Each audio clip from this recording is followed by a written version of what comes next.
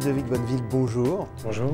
Donc vous êtes chef depuis 2 ans au restaurant Le W, hôtel Warwick Champs-Élysées. Je pense que je l'ai bien dit. Warwick, oui. La formule n'est pas simple. C'est pas simple, c'est un peu long. C'est un peu long. Bon, on est bien assis là, c'est confortable. Les fauteuils sont sympas. Voilà, on a une posture complètement symétrique. Voilà, exactement. Vous pouvez être amené à la changer pendant l'interview, mais bon, tout va bien.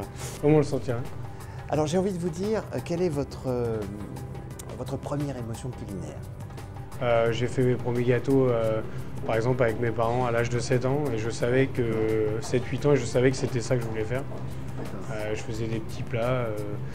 Quand mes parents n'étaient pas là, j'allumais le feu, le gaz, etc. Sous la surveillance de mes grands frères et grandes sœurs pour faire des petits desserts. Et déjà quand j'étais tout petit. Donc c'était déjà la première émotion culinaire. Et tout de suite, j'ai eu le déclic et c'était le métier que je voulais faire.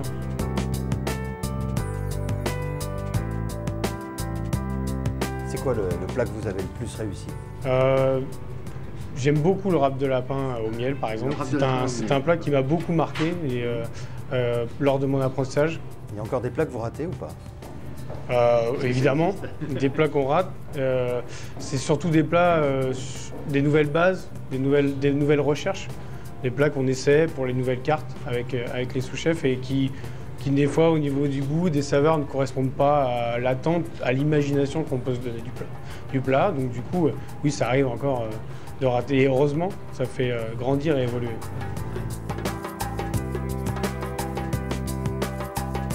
Si vous n'aviez pas été chef, qu'est-ce que vous auriez fait dans la vie? Rien. C'était chef ou rien? Cuisinier en tout cas. Chef, c'est un but. Le deuxième but, c'est d'ouvrir un restaurant à son nom, mais cuisinier, c'était la seule chose que je voulais faire en tout cas.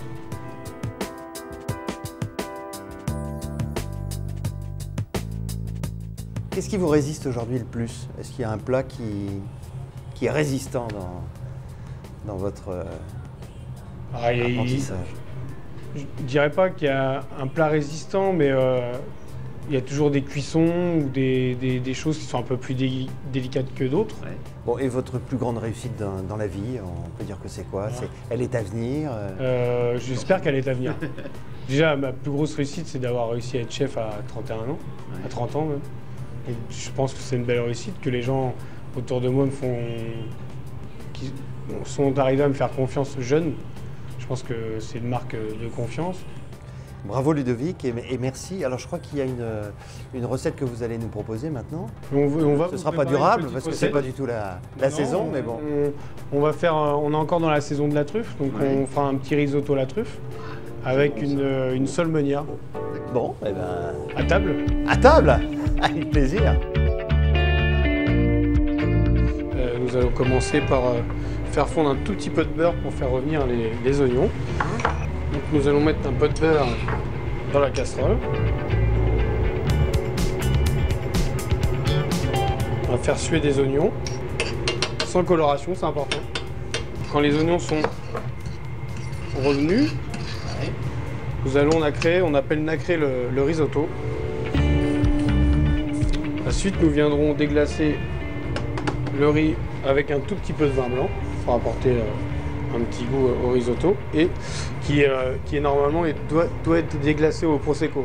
Il est important dans un risotto de ne pas rajouter trop de liquide pour éviter de surcuire le risotto et justement d'éclater le grain.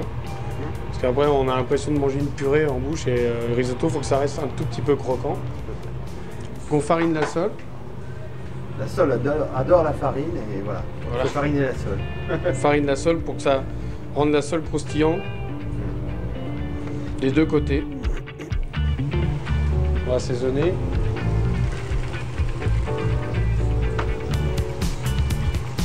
Et pas trop avoir peur du sel, hein, en sachant qu'il faut que le sel pénètre dans l'aliment et que l'aliment, comme il est assez gros, il en faut une certaine quantité.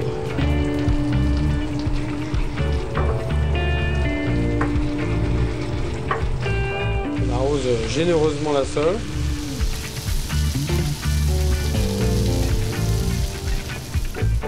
On va venir râper un peu de truffe fraîche par-dessus. C'est la même truffe, hein, C'est la même truffe. Mélanosporum, c'est la truffe d'hiver, la meilleure. Voilà. Extraordinaire. Bon appétit.